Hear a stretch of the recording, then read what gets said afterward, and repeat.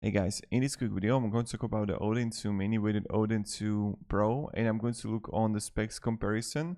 So the first thing is the Mini has a smaller battery, so this is important, 5000 to 8000.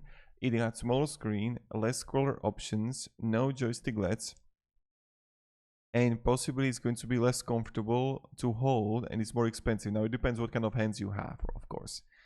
Now, if you want to have smaller device, something compact and not that big as a Odin Pro, then it's like all right. And then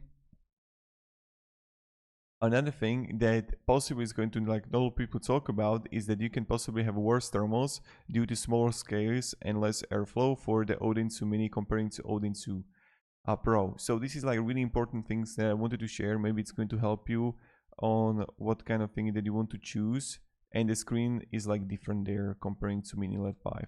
So thank you very much for watching and have a great day and goodbye.